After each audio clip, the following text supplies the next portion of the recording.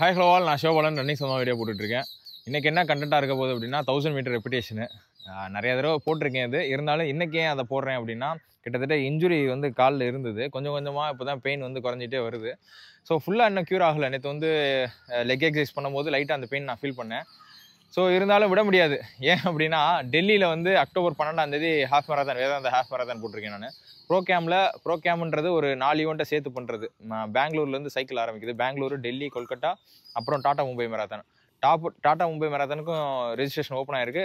அதுவும் போட்டாச்சு. 3400 வருது. யாராச்சும் பதியாமல் இருந்தீங்கன்னா டாடா மும்பைக்கு ட்ரை பண்ணி பாருங்கள். ஏன்னா அது வந்து ஒரு இன்டர்நேஷ்னல் மேரத்தான் மாதிரி அது. ஸோ அது ஒரு எலிஜிபிலிட்டி இருந்துச்சுன்னா அடுத்து ஃபாரின் கண்ட்ரீஸ்லாம் போய் ஓடுறதுக்கு அதோட டைமிங்கை வச்சு நம்ம போய் என்ட்ரி கொடுக்கலாம். சரியா? ஸோ இதுக்கு தான் இப்போ டெல்லிக்கு தான் ரெடி ஆகிட்டு இருக்கோம். இன்னும் கரெக்டாக சொல்லப்போனால் அப்படின்னு பார்த்தோம் அப்படின்னா செப்டம்பர் ஃபுல்லாக இருக்குது நமக்கு. இந்த ஒரு மாதத்தில் எவ்வளோட டைமிங் குறைக்கலாம் அப்படின்னு முயற்சி பண்ணுறேன் அப்படின்னா, காங்கேயத்தில் வந்து 1 மணி நேரம் 45 நிமிஷத்தில் ஓடிருந்தேன். ஹாஃப் மேரத்தான் நான் சொல்கிறேன். இப்போ வந்து அதுலேயும் இப்போ 1 மணி நேரம் 45லேருந்து இன்னும் பெட்டராக 1 hour 40 அந்த இதுக்கு கொடுக்கலாம். ஒரு மாதத்தில் 5 நிமிஷத்தை குறைக்க முடியுமா அப்படின்னு பார்த்தா தெரியல. இருந்தாலும் முயற்சி பண்ணி பார்ப்போம். ரேஸாக ஓடும்போது நமக்கு வந்து டிராஸ்டிக்காக ஒரு 3 நிமிஷம் 4 நிமிஷம் குறையிறதுக்குலாம் நிறைய வாய்ப்பு இருக்குது. அதனால நம்ம முயற்சி பண்ணி பார்ப்போம். அது போக நமக்கு புது ஷூ வேறு நல்லா ஹெல்ப் பண்ணும். கார்பன் பிளேட் ஷூ இருக்குல்ல, ஆல்ஃபா ஃப்ளை 3. அதனால அந்த நம்பிக்கை வேறு நமக்கு வந்து ஒரு பூஸ்டாக இருக்குது. இது போக வந்து சப்ளிமெண்ட்ஸ் வந்து நான் ஒரு கம்பெனியில் பேசியிருக்கேன் ஸ்பான்சர்ஷிப்புக்கு. ஸோ அதுவும் கிடச்சிச்சு அப்படின்னா ஒரு சைக்கிள் கவர் ஆயிரும். ஷூக்கும் என் ஃப்ரெண்டுகிட்ட இஎம்ஐக்கு கேட்டிருக்கேன். Long run shoe plus tempo run shoe 2 சேர்த்து. ஸோ இது வந்து இவ்வளோ இன்வெஸ்ட்மெண்ட் பண்ணி பண்ணுறதுக்கு ரீசன் என்னென்னு பார்த்தீங்க அப்படின்னா, இதை வந்து நான் யூடியூப்பில் ப்ரெசென்ட் பண்ணுறேன். இது என்னோட கிட்டத்தட்ட பார்ட் ஆஃப் த லைஃப் ஆயிடுச்சு.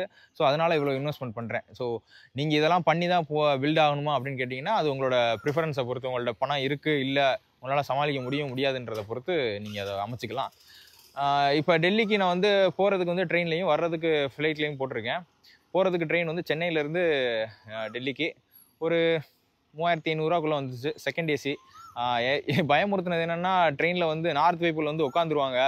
ஸோ உனக்கு வந்து நீ தேர்ட் ஏசி போட்டாலும் வந்து உட்காருவாங்க. ஸோ நல்லா போடு அப்படின்னாங்க. அதனால தான் வந்து செகண்ட் ஏசியாக ஃபஸ்ட் டைமாக வந்து செகண்ட் ஏசியில் நான் ஸ்லீப்பரில் கூட போனது கிடையாது அவ்வளோவா.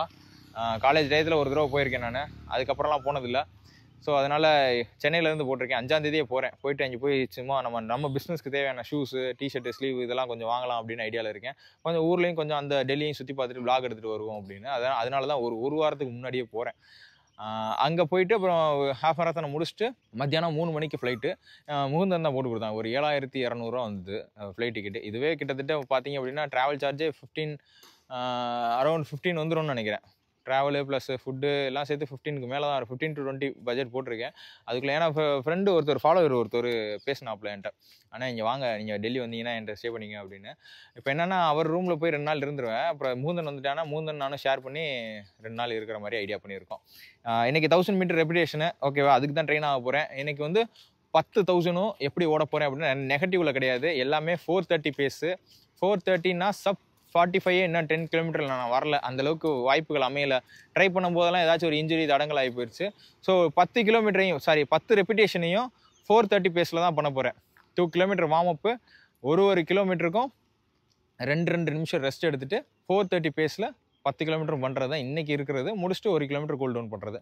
மொத்தம் அரௌண்ட் வந்து 13 கிலோமீட்டர் வரும் இன்றைக்கி. பார்ப்போம். வெறும் தண்ணி தான் குடிச்சிருக்கேன், எதுவும் சாப்பிடல. ட்ரை பண்ணி பார்த்துட்டு சொல்கிறேன். ஒரு ஆகாஷ் இந்த படத்துல வர சூர்யா மாதிரி வரடா அவனு. காக்காவுக்கு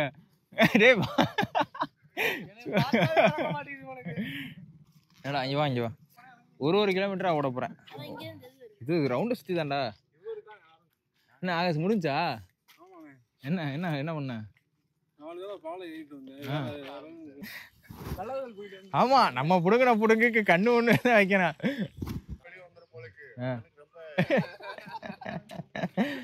இன்னொன்னு சொல்றாப்ல, சார்பட்டா ஒரு மாதிரி டூல சொன்னா அப்படியே சொல்லலையே. நான் என்ன பண்ணணும்?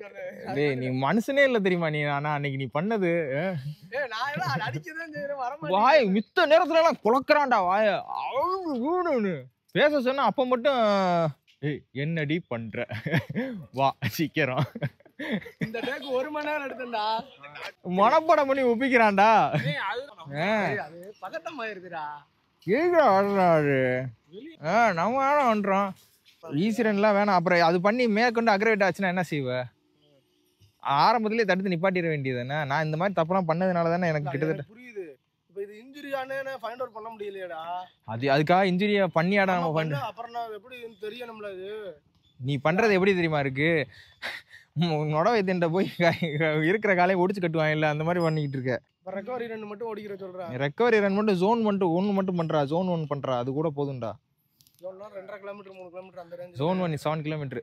அதுக்கு மேலே வேணாம். வண்டியில வரவே சிரிச்சுட்டே வந்து எத்தனை நாள் வரைக்கும் இதை சரி இது பண்ணணும் கம்ப்ளீட்டாக எப்படி சரி அந்த எறும்பு கடிச்சா சுருக்குன்னு இருக்கும்ல அந்த இதான் எல்லாத்துக்கும் இதெல்லாம் காமன் தான்டா. அதெல்லாம் அதனால தான் ஈஸி ரன் போட்டு ஈஸி ரன்னே பண்ணக்கூடாது நீனு சுத்தமா. ஈஸி ரன் பண்றேன்னா அதுவும் 6 பேஸ்ல பண்றேன்னா 6 பேஸ் என்ன ஈஸியா உனக்கு? அப்புறம் 6 பேஸ் ஈஸி பண்ற 12 கிலோமீட்டர் ஓடிக்கிற வேண்டியது. 12 கூட ½ an hour அவ்வளோதான். ஜோன் 1 ரெக்கவரிக்கு 20 to 30 minutes தான் ஆகும். 6 கிலோமீட்டர் பண்ணு இல்லைன்னா 7 கிலோமீட்டர் பண்ணு, அது போதும். ஆனால் பேஸ் கம்மியாக இருக்கணும். ஜோன் 1 பேஸ் இல்லை, ஹார்ட் ரேட் தானே நம்ம பார்ப்போம். கொடுத்துரு என்ன அப்படிலாம் சொல்லக்கூடாது. மாஸ்டருக்கு வாழ்க்கைன்னு ஒன்று இருக்குல்ல, நீங்கள் தானே எதாவது பார்த்து பண்ணணும். சும்மா சொல்ல, மாஸ்டரை பற்றி நல்லா பெருமையாக எடுத்து சொல்லு. அண்ணா மாஸ்டர் வல்லவர் நல்லவர் வரவா. இவங்க அப்பா வந்து இன்ஸ்பெக்டராடா. எஸ்ஐக்கு கீழே எஸ்எஸ்ஐயா இருப்பாரு. என்ன சரி வரவா, பாய் பாய். 1000 ரெப்புடேஷன் முடிஞ்சு. இந்த 1000 ரெப்புடேஷன் எதுக்கு பண்ணேன் அப்படின்னா, டெல்லி வேதாந்தாக்காக பண்ணிக்கிட்டு இருக்கேன், ட்ரெயின் ஆகிட்டு இருக்கேன். இந்த ஒரு மாதத்துக்குள்ளே எப்படியா ட்ரெயின் ஆகி எனக்குன்னு ஒரு சப் 145லேருந்து 140 அந்த இதுக்குள்ளே வரணும் அப்படின்றது ஆசை. அதுக்கு தான் ட்ரெயின் ஆகிட்டு இருக்கேன். இப்போ இந்த 430 பேஸ்லேயே வந்து 10 ரெப்புடேஷனையும் முடிச்சதுக்கு ரீசன் என்னன்னு பார்த்தீங்க அப்படின்னா, என்னோட ஆல் அவுட் பேஸ்ன்னு பார்த்தீங்க அப்படின்னா ஒரு 1000 வந்து 4ல் பண்ண முடியும், 350ல் பண்ண முடியும். கம்ஃபர்டபுளாக பார்த்தீங்க அப்படின்னா ஒரு 2 3 4ல் பண்ண முடியும். இதே இது 10 வரையும் பண்ணணும் அப்படின்னா என்ன செய்யணும் அப்படின்னா, எனக்கு வந்து 430ன்றது எனக்கு கம்ஃபர்டபுளாக தோணுச்சு. ஸோ எனக்கு இன்ஜுரி வேறு இருந்ததுனால நான் அதுக்கு கீழே புஷ் பண்ண வேணாம் அப்படின்ட்டு 415 வைக்கலான்னு பார்த்தேன். 10 415 பண்ண முடியாது, ரொம்ப எக்ஸாஸ்ட் ஆயிரும். ஒரு 5 6 வரையும் தான் பண்ண முடியும், அதுக்கப்புறம் நின்றுவேன் அப்படின்றது தெரிஞ்சு 10யுமே என்னால் கான்ஃபிடென்ட்டாக பண்ண முடிஞ்சதுன்னு பார்த்தீங்க அப்படின்னா 430. ஏன்னா 5 கிலோமீட்டரை நிற்காமல் 430 பேஸ்லேயே ஓரளவுக்கு எனக்கு VO2 மேக்ஸ் இருக்குது. ஸோ அதனால அதை ஃபிக்ஸ் பண்ணேன். இப்போ நீங்கள் எப்படி ஒரு 1000 ரெப்புடேஷனை ஈவன் ஸ்பிளிட்டில், நெகட்டிவ் கிடையாது, ஈவன் ஸ்பிளிட்டில் ஃபிக்ஸ் பண்ணலாம் அப்படின்னு பார்த்தீங்க அப்படின்னா, என்ன ஃபஸ்ட்டு பார்க்க வேண்டியது எத்தனை ரெப்புடேஷன் பண்ண போகிறோம் அப்படின்றது பார்க்கணும். அது ஒன்றுக்கு மாறும். இப்போ 5 கிலோமீட்டருக்கு மாறும், 10 கிலோமீட்டருக்கு மாறும், 21க்கு மாறும். இப்போ 21க்குலாம் பார்த்தீங்கன்னா குறைஞ்சது 12 ரெப்புடேஷன் வரையும் போகணும். சாரி, மேக்ஸிமம் 12, குறைஞ்சது 8. 42லாம் பண்ணுறாங்க அப்படின்னா அதிகமாக 16 வரையும் கூட பண்ணுவாங்க, 16 18 கூட பண்ணுவாங்க. ஸோ நம்ம வந்து அதிகபட்சம் நான் பண்ணணும்னு நினச்சது வந்து 12 தான். இன்றைக்கி பண்ணது 10. இப்போ உங்களோட ரெப்புடேஷன் வந்து இப்போ 5 கிலோமீட்டருக்கோ 10 கிலோமீட்டருக்கோ 21க்கோ பார்த்துக்கிட்டு அதுக்கேற்ற மாதிரி வச்சுக்கோங்க. 5 கிலோமீட்டர் அப்படின்னா அதிகபட்சமாக ஒரு 4000 பண்ணலாம். இப்போ 10 கிலோமீட்டர் அப்படின்னா அதிகபட்சமாக 6 இல்லை 7000 பண்ணலாம். இதே 21னா 8லேருந்து ஆரம்பித்து 12 வரையும் பண்ணலாம். 42னா அதுக்கேற்ற மாதிரி இன்க்ரீஸ் பண்ணிக்கிற வேண்டியதான், 16 18 அந்த மாதிரி பண்ணிக்கலாம். இதெல்லாம் பண்ணுறதுக்கு நமக்கு என்னென்ன தேவை அப்படின்னு பார்த்தீங்கன்னா கரெக்டான, ஏன்னா இதெல்லாம் கொஞ்சம் heavy workouts. VO2 max increase பண்ணுறதுக்கு ஸோ சப்ளிமெண்ட்ஸ் ரொம்ப முக்கியமான ஒன்று.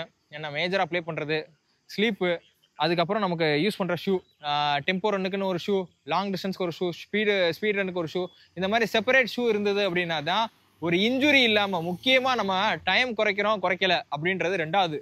ஒரு ரன்னை இந்த ஃபீல்டில் நம்ம தக்க வச்சு கடைசி வரையும் நம்ம வந்து ஒரு ஆரோக்கியத்தோடு நம்ம ஓடணும் அப்படின்னா இன்ஜுரி இருக்கக்கூடாது. இன்ஜுரி என்னடா சொல்கிறாங்க அப்படின்னு கேட்டால், இப்போ 1000 ரெப்புடேஷன் பண்ணுறேன், ஓடும்போது நான் வந்து இந்த 1000 வந்து கம்ஃபர்டபுள் பேஸ் தெரியாமல் 415 பேஸில் இந்த ஷூவை போட்டு நான் புஷ் பண்ணுறேன். சரியா, இது வந்து ஸ்டாக் ஹைட் அதிகமான உள்ளது, இது ஸ்பீட் ஒர்க் அவுட்ஸ் கிடையாது, ஈஸி ரனுக்கு உள்ளது தான். ஸோ இதை போட்டு புஷ் பண்ணும்போது என்ன ஆகும் அப்படின்னா, ஏதாச்சும் ஒரு இடத்துல வந்து சின்ன பெயின் ஆகும்.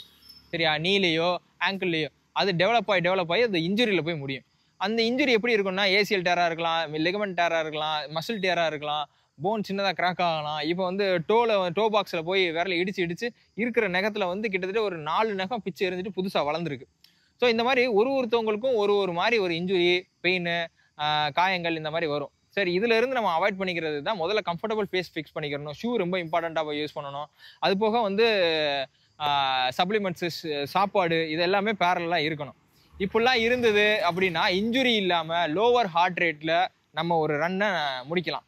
இப்போ ஒரு ஆள் வந்து இப்போ நிறைய மெராத்தன்லாம் போகிறோம் அட்டன் பண்ணுறோம், அவங்களோட ஹார்ட் ரேட்லாம் நான் எடுத்து பார்க்குறேன் நான்.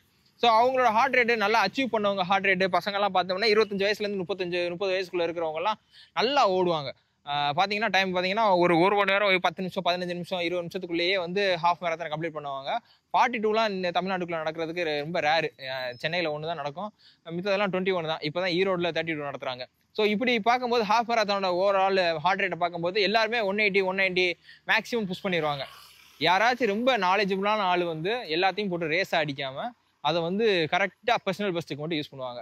அது எப்படின்னா என்றைக்குமே வந்து பிளாக்கை வந்து அதாவது அந்த கென்யன்ஸு அந்த சைடில் இருக்கவங்க யூரோப் கண்ட்ரி ஆஃப்ரிக்கன் கண்ட்ரீஸில் இருக்கிறவங்கள பீட் பண்ணுறதுன்றது ரொம்ப முடியாது. ஏன்னா அவங்க ஜெனட்டிக்ஸ் படியே பார்த்தீங்க அப்படின்னா அவங்களாம் வேறு லெவலில் பில்டு.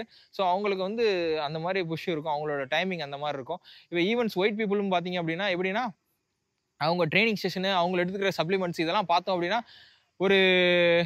ஒரு ஹில் ப்ராக்டிஸ் பண்ணிட்டு வராப்பில் ஒருத்தர் அவரோட ஹார்ட் ரேட் எடுத்து பார்த்தோம்னா 120 130 140 150 இதுக்குள்ளேயே தான் இருக்குது. Zone 1 Zone 2க்குள்ளே தான் வந்து மொத்த 12 கிலோமீட்டர் 16 கிலோமீட்டர் 21 கிலோமீட்டர் ஹில்ஸில் போயிட்டு வந்தாலே அவ்வளோதான் இருக்குது. இப்போ நான் ஹில்ஸில் போய் வாக்கிங் போயிட்டு வரேன்னாலே Zone 2ல பண்ணுறது கஷ்டமாக இருக்குது. இப்போ தான் ஓரளவுக்கு Zone 2ன்றது உட்காருது. இப்போ நான் ரன்னிங் போயிட்டு ஹில்ஸில் ரன்னிங் போயிட்டு வந்தேன்னா Zone 3 Zone 4 Zone 5 கூட போயிடுது. ஸோ அதனால நம்ம வந்து ஒரு ரன்னை வந்து பெஸ்ட் டைமிங் கொடுக்குறத விட ஒரு நல்ல ஹார்ட் ரேட்டில் அதாவது Zone 2லேயே நம்ம வந்து 150 பிபிஎம்குள்ள 160 பிபிஎம்குள்ள அப்படின்னு முடிக்கிறோம் அப்படின்னா அதுதான் உண்மையான வெற்றி. என்ன இப்போ வந்து 180 ஹார்ட் ரேட்டில் வந்து காங்கேயத்தில் நான் முடிச்சிட்டேன்ல, அது வந்து எனக்கு முழு திருப்தியான்னு கேட்டிங்கன்னா அப்படி கிடையாது. நான் அவ்வளோ ட்ரெயின் பண்ணியுமே எனக்கு 190 ஹார்ட் ரேட் வரையும் போயிருச்சு அப்படின்றப்ப ஏதோ ஒரு மிஸ்டேக் நடந்திருக்கு, ஹார்ட் ரேட்டில் மிஸ்டேக் நடந்திருக்கு, ஸ்லீப் ரெக்கவரி இதுலாம் மிஸ்டேக் நடந்திருக்கு. வேணா போட்டுக்கலாம் ப்ரொஃபைலில் வந்து நான் வந்து 145ல் ஓடிட்டேன் அப்படின்னா. ஆனால் உண்மையான ஒரு ஆள் நாலேஜபிள் ஆள் பார்த்தாங்க அப்படின்னா இது வந்து அவசரப்பட்டிருக்காரு, ட்ரைனிங் பத்தலை, கிலோமீட்டர் மைலேஜ் இன்னும் கவர் பண்ணணும் அப்படின்றது அவருக்கு தெரியும். ஸோ வந்து என்றைக்குமே வந்து ஒரு ரேஸை இப்போ நீங்கள் வந்து ஒரு ஈவெண்ட்டுக்கு ட்ரெயின் ஆகிறீங்க, அதனால நான் வந்து சீக்கிரமாக டைம் எடுக்கணும் அப்படின்றீங்கன்னா அது வேறு.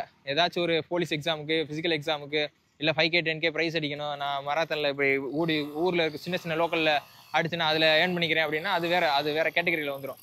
இதே இது நம்ம ஒரு இதை வந்து பேஷனாக எடுத்து பிடிச்சி விரும்பி பண்ணுறோம் அப்படின்னா மோஸ்ட்லி வந்து ஹார்ட் ரேட்டை மெயினாக ஃபோக்கஸ் பண்ணி பண்ணுங்கள். ரெண்டாவது ஒரு விஷயம் வந்து இந்த ஸ்ட்ரீட் டாக்ஸை பற்றி நிறைய பேர் கமெண்ட் பண்ணுறீங்க. அதாவது திருநாய்கள் வந்து நம்மளை கடிக்க வர்றதை பற்றி. திருநாய் கடிக்க வர்றதுல எனக்கு நிறைய ஒப்பீனியன் இருக்குது. அது எப்படி அப்படின்னா, என்னை நிறைய நாய் கடிக்க வந்திருக்கு. நான் மோஸ்ட்லி நான் லாங் ரன் வந்து வெளியில் போவேன், என்னை நிறைய நாய் கடிக்க வந்திருக்கு. நான் கடிக்க வர போதெல்லாம் என்ன பண்ணுவேன் அப்படின்னா, ஷூ போட்டிருப்பேன்ல, ஏன்னா இந்த ஷூ இருக்குன்னா இந்த ஷூ இருக்குது அப்படின்னா ஷூவை வச்சு ஒரு எத்திடுவேன். ஏன்னா ரோலிங்கில் போய் விழுவோம், கடிக்க வந்துருச்சுன்னா ஒன்றும் செய்ய முடியாது. அதில் போய் வந்துட்டு நாய் பாவம் அப்படின்லாம் பார்க்க முடியாது. இது என்னோட குழந்தைகளையோ அதாவது என்னோட மருமையங்களையோ இவங்களெல்லாம் கடிக்க வந்ததுன்னா அந்த ஏரியாவில் இருக்க நாயெல்லாம் களவட்டி இருந்து கொல்லணும் அப்படின்ற அளவுக்கு எனக்கு வந்து கோவம் வரதான் செய்யும். ஸோ இப்போ வந்து நாயை வந்து எடுக்கணும் வேணாமா, நாயை வந்து மொத்தமாக அழிச்சிருவோமா வேணாமான்னு கேட்டிங்க அப்படின்னா முடிஞ்ச அளவுக்கு 90% நாய்கள் வந்து எந்த நாயும் கடிக்காது. குலைச்சிக்கிட்டு பக்கத்துலேயே விரட்டிட்டு வருமே தவிர கடிக்காது. நான் பயப்படாமல் மோஸ்ட்லி இருப்பேன். என்னைக்காச்சும் முதல்ல ஆரம்ப கட்டத்தில் பயம் இருக்கும், அப்படியே பதட்டம் இருக்கும், அட்ரினலின் புஷ் இருக்கும். ஸோ அதனால வந்து நான் நின்றுவேன், அந்த மாதிரிலாம் இருக்கும். ஆனால் அது ஒரு அண்டர்ஸ்டாண்ட் ஆனதுக்கப்புறம் என்னன்னு பார்த்தீங்க அப்படின்னா அது என்ன புரிஞ்சிருச்சு, இது சும்மா குலைக்கும் அப்படியே ஓடி வரும், அதுக்கப்புறம் அதோட ஜோன் தாண்டினோம்னா அப்படி நின்றோம். திருநாயை பொறுத்தவரை. இது வீட்டு நாய் வளர்ப்பு நாய் பார்த்தீங்க அப்படின்னா அது யோசிக்காது, அமைதியாக இருக்கும், பார்த்துக்கிட்டே இருக்கும், அப்படியே கடிக்க ஆரம்பிச்சிடும். ஸோ அந்த மாதிரி கடி வாங்கியிருக்கேன். இப்போ திருநாய்களில் கடிக்கிறதுன்னு பார்த்தீங்க அப்படின்னா குட்டி போட்ட நாய் இருக்குல்ல, அதெல்லாம் அந்த சைடு பக்கத்தில் போனாலே விரட்டி வந்து கடிக்க ஆரம்பிச்சிடும். ஸோ இந்த மாதிரி ஒரு நாய்க்கும் ஒரு டைப்பில் இருக்கும். அதுக்காக எல்லா நாயும் போட்டு கொண்டுருவோமா அப்படின்றதெல்லாம் கிடையாது. முடிஞ்ச அளவுக்கு நம்ம வந்து நம்ம சுதாரிப்பாக இருந்துக்கிறணும். அதுகிட்ட இருந்து தைரியமாக நம்ம ஃபேஸ் பண்ண நம்ம கற்றுக்கிறணும். அதுக்காக நம்ம போய் அது எல்லாத்தையும் அழிச்சு கொண்டுருவோம் அப்படின்லாம் கிடையாது. இதே என் வீட்டில் அந்த ஒரு சம்பவம் நடந்தது அப்படின்னா எந்த பர்டிகுலராக எந்த நாய் கடிச்சிருக்கு, எந்த இடத்துல கடிச்சிருக்கு அப்படின்றத பார்த்து அதை பர்சனலாக வெஞ்சன்ஸ் எடுத்து பண்ணுறத அவங்கவுங்க பண்ணிக்கோங்க. அவ்வளோதான் என்னோட ஒப்பீனியன் படி. அதுக்காக எல்லாத்தையும் போட்டு அழிக்கணும் வைக்கணும், அது நம்ம வந்து கவர்மெண்ட்டில் வந்து நம்ம சமுதாயத்தில் எல்லாமே சரி பண்ணணும். ஊர் ஃபுல்லாக குப்பை இருக்குது, அவ்வளோ ஊழல் இருக்குது, அவ்வளோ கெட்ட விஷயங்கள் நடக்கும்போது அது எல்லாத்தையும் சரி பண்ணுற மாதிரி இதையும் பேரலாக சரி பண்ணால் ரைட்டு. இதை மட்டும் ஃபோக்கஸ் பண்ணி பண்ணுறதுல எனக்கு உடன்பாடுன்றது இல்லை. இதில் நிறையா பேருக்கு ஒரு கருத்து இருக்கும். ஸோ அதை நீங்கள் கமெண்ட்டில் சொல்லுங்கள். என்னோட கருத்து தான் சொன்னேன், இதை வந்து இதுதான் சரி அப்படின்றத சொல்லலாம். ஓகே, டெல்லி வேதாந்தாவில் எவ்வளோ டைம் வருது அப்படின்றத நீங்கள் எனக்கு எவ்வளோ டைம் வைக்கலாம், நீங்கள் எவ்வளோ பண்ண போகிறீங்க, அதாவது டெல்லி வேதாந்தாவில் நீங்கள் ஹாஃப் மேரத்தானுக்கு எவ்வளோ ட்ரெயின் ஆக போகிறீங்க அப்படின்றதையும் கமெண்ட்டில் சொல்லுங்கள். சரியா? பாய், நெக்ஸ்ட் வீடியோவில் பார்ப்போம்.